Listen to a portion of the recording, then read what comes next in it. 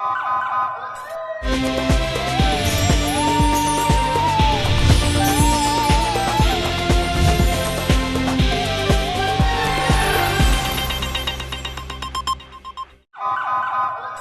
पहले नजर डालते हैं अब तक की बुलेटिन।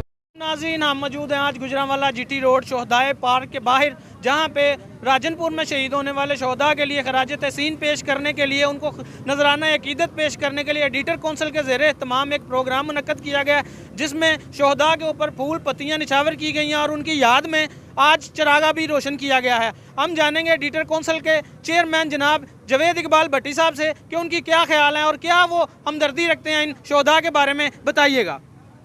बिस्मिल्लाहिर्रहमानिर्रहीम। सबसे पहले दुनिया के तमाम मुसलमान जो शोहदा हो चुके हैं, अल्लाह पाक उन सब को सैयद शुहदा के सदक़े आला तरीन मर्तबा अता फरमाए।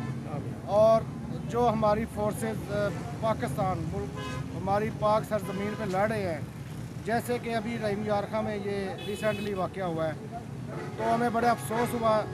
हम इस बात पे खराज तहसीन पेश करते हैं, पुलिस को खराज तहसीन पेश करते हैं, जो शोहदा हैं उनके लिए मग़फ़िरत की दुआ करते हैं। और इसके अलावा पाकिस्तान की तमाम forces, Pakistan ISI, Pakistan army के